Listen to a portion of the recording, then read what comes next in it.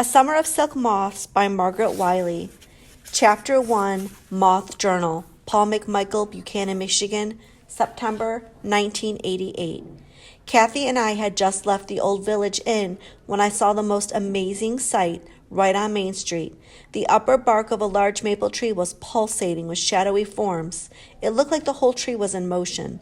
Someone from across the street yelled that the tree was full of bats, but I saw right away that it wasn't bats, although Kathy covered her head and screamed and ran back inside the restaurant.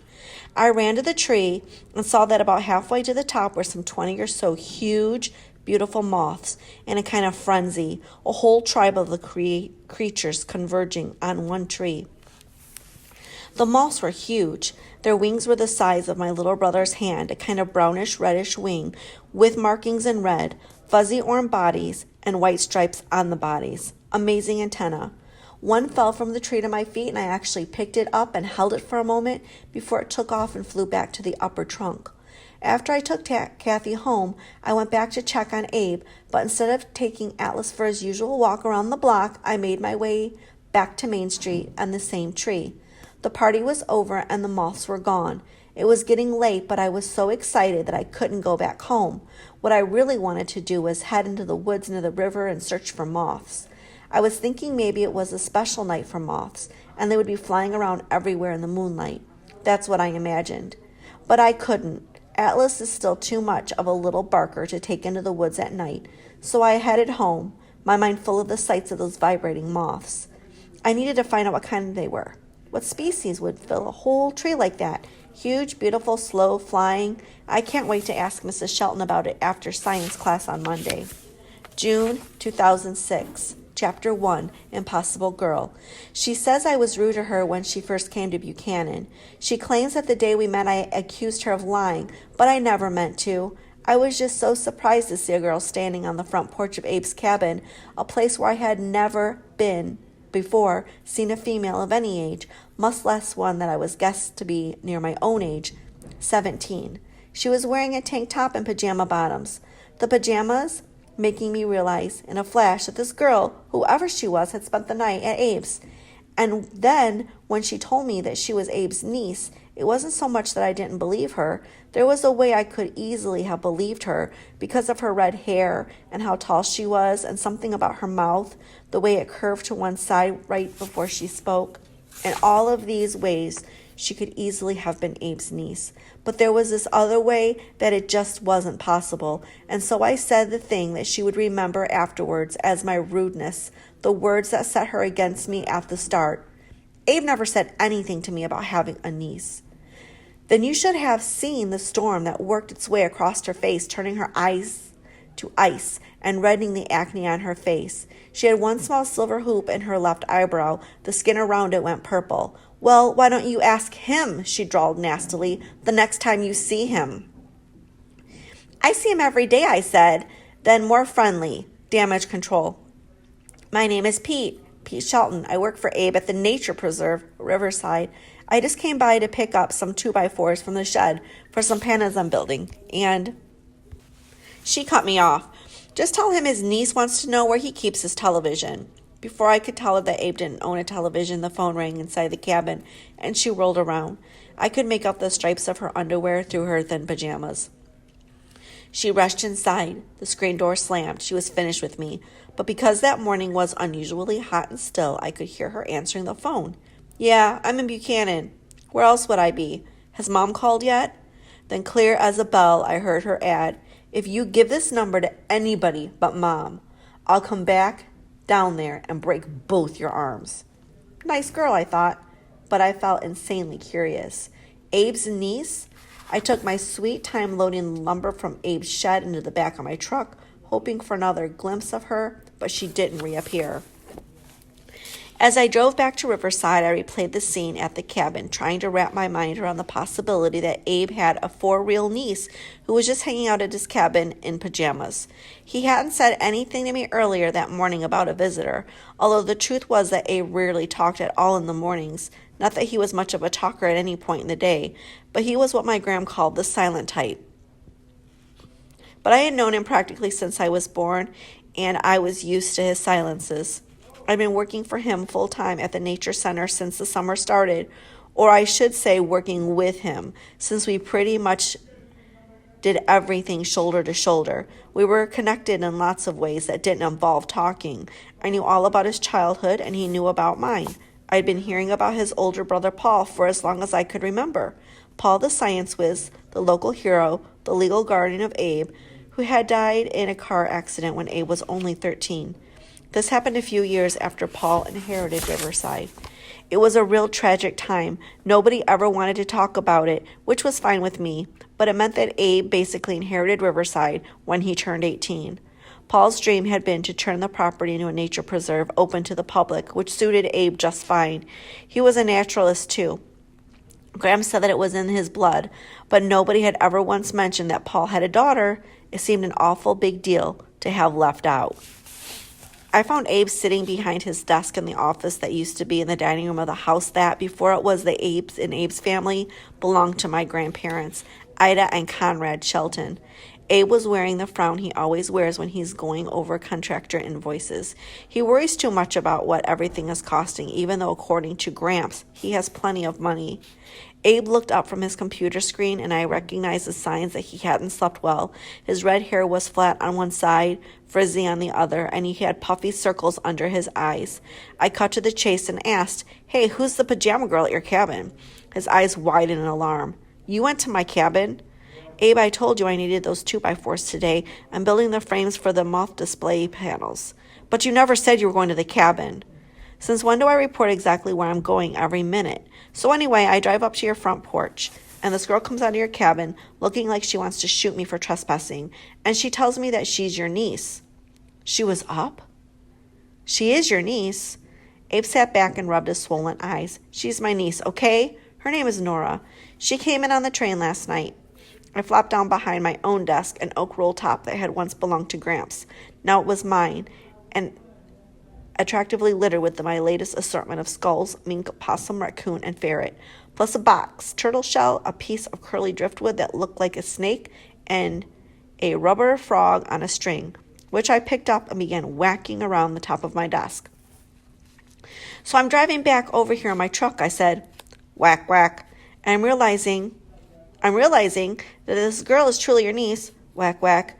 Then she has to be Paul Michael's daughter.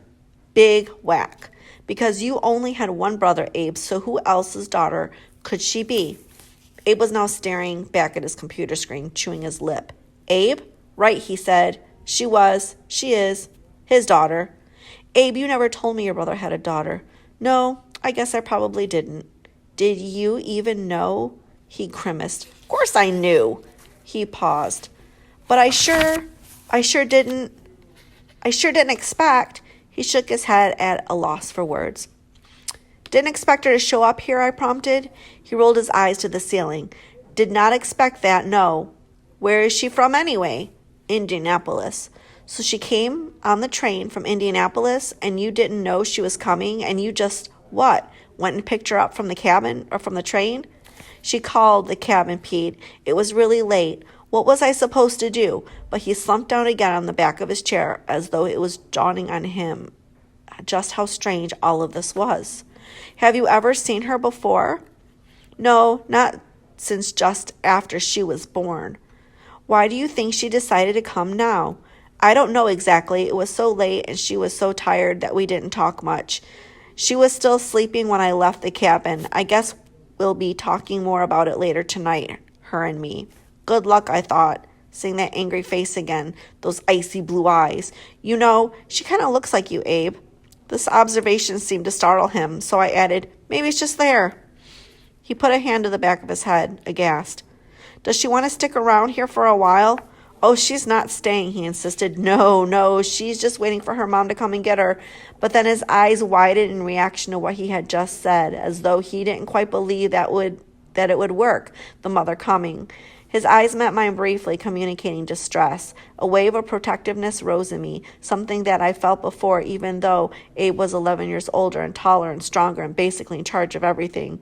He said more to himself now, "Oh man, she can't stay with me. I have no room." Of course she can't stay with you. Don't even stress about it, Abe. She didn't sleep so great on the couch. I kept hearing her get up. Who cares? She's not staying. Come on, man. Don't worry about it. But now he was rubbing the side of his face as though his head hurt. He's in shock, I realized. She came right out of the blue at you, didn't she, Abe? Then he looked at me. I just can't believe this is happening.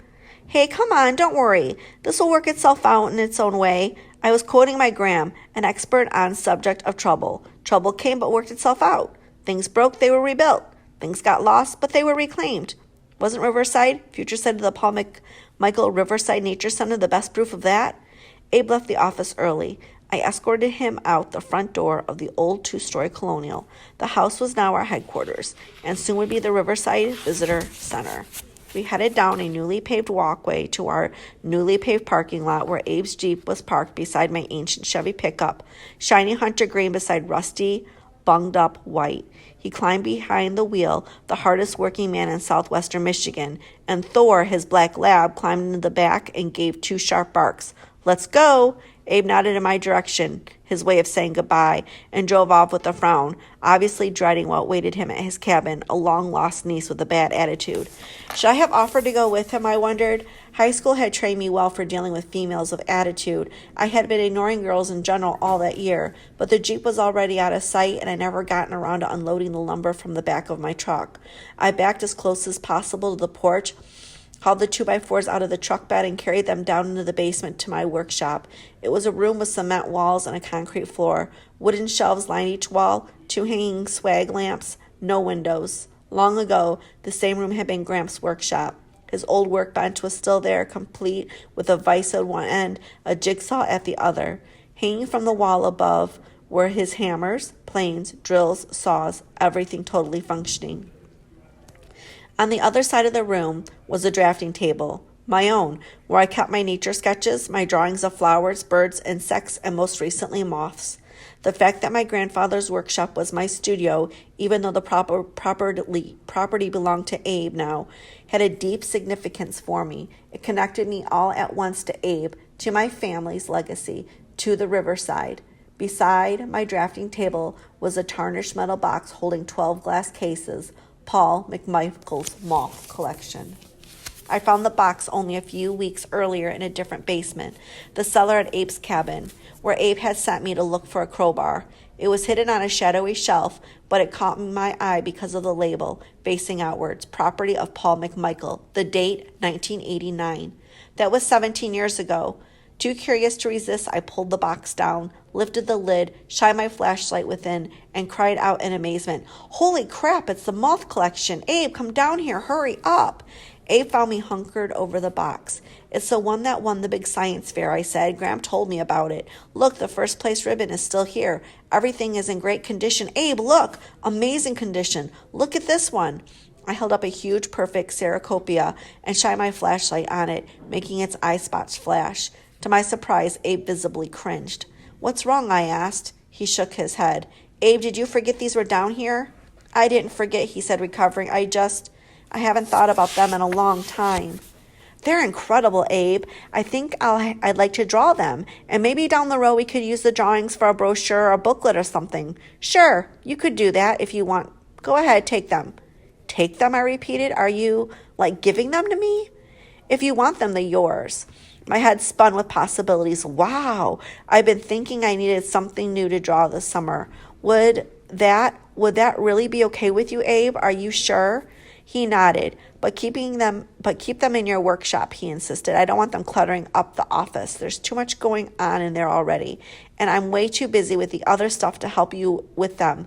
I still have the upper stairs to drywall, and the river trail is ready for clearing, and he went on listing the dozens of tasks that awaited us both that summer, but I had stopped listening. I returned the large moth to the box, clanked it shut, and hauled it with one arm by its metal handle, hurrying up the cellar stairs into the sunlight, afraid Abe would change his mind. That night when I told Graham what I found in Abe's cellar, she let the evening newspaper fall into her lap. "A metal box?" she asked softly. "Was it about this big?" She made a large square with her freckled hands. It's a special kind of container, Pete, for preserving specimens. Conrad and I gave it to Paul after he won first place at the science fair. I always wondered what happened to it. You say it was in Abe's basement? The container worked, Graham. The moths are a little bit faded, but otherwise in great shape. I took the whole collection over to my workshop at Riverside. Graham leaned forward in her chair. Why? Why would you want them? Just for my drawings. Of course, she agreed. Drawing from life, of course. She lifted one hand to her forehead, perhaps summoning a memory. Then she asked softly, Are you interested in moths, Peter? I don't know, I said. It was just kind of exciting to find them because they were Abe's brothers and all. I waited for her to say something else, but she was silent, her head pressed against the back of her chair. Then she said, without opening her eyes, the great silk moths used to come out of the swamps on summer nights. You could see them everywhere in the moon, if the moon was right, but not anymore. There's a really cool Luna in the collection, I told her, huge, and some beautiful smaller moths, too. And the first one, she said, Cercopia? Her voice had dropped to a whisper. She was acting strange, very spacey, very on Graham. I left her alone to finish my homework, glad that the school year was almost over and I could soon be free to spend days on end at Riverside, seeing only Abe, working side by side with him, putting in new trails on the property, finishing the classrooms, building bookcases, drawing birds and field animals, and now the moths. I was feeling pretty disconnected from my friends. Most of them were away for the summer or working at camps and resorts. But it was more than that. I was avoiding people my own age, even the occasional girl who seemed interested in me. I didn't want to explain myself to strangers, didn't want anyone asking me why I lived with my grandparents, what my story was, the kind of thing that always comes up when you get to know someone for the first time.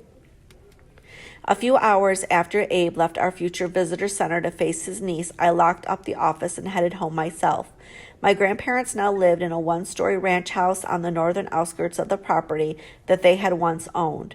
An acre of land, a small chicken coop, and a fenced-in garden were all they kept of Riverside Estate after selling it to Abe's mother when I was a baby. I had my own bedroom and bathroom and a private entrance, which suited me just fine. My grandparents had always given me plenty of space, plenty of privacy. I was lucky that way. But that afternoon I headed south instead of north and took Wrangell Road back towards Abe's cabin, curious about what might be happening there. I slowed the truck, leaning my head out the window for signs of life. My eyes caught and followed a brief flash of hair, and I saw that it was not Abe, but the girl again, moving between the house and the barn this time, hanging a pair of jeans on Abe's clothesline. She was dressed in a tube top and baggy overalls that I'm pretty sure were Abe's. Her arms, even from that distance, were white and bones. She was lifting a purple bra from a plastic bowl and clipping it to the line. Only the clothes on her back, I thought, my imagination working. Was she in some kind of trouble? I slowed to a crawl, forgetting how noisy the old muffler was. To my embarrassment, the girl turned at the sound and caught me craning my neck for a glimpse. No doubt she recognized me from the morning. Do I wave, I thought? But even from that distance, the look she sent me was so unfriendly, so completely hostile, that I was glad I hadn't.